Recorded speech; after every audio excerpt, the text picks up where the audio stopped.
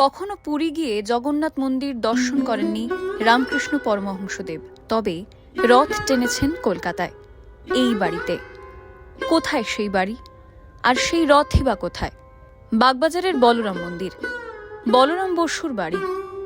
1884 সালের 3 জুলাই উল্টো রথে এই বাড়ির চওড়া বারান্দায় রথ টেনেছিলেন রামকৃষ্ণ পরমহংসদেব। আজও খুব যত্নে আগলে রাখা সেই রথ। পুরীতে গেলে নাকি তার শরীর থাকবে না, তাই জন্য তিনি পুরীতে যেতেন না। কিন্তু এখানে যখন তাকে আমন্ত্রণ করে আনা হয়েছিল 3রা জুলাই 1884 খ্রিস্টাব্দে, সেই সময়ে ওই দিন ছিল পুনর্যাত্রা বা উল্টো রথ।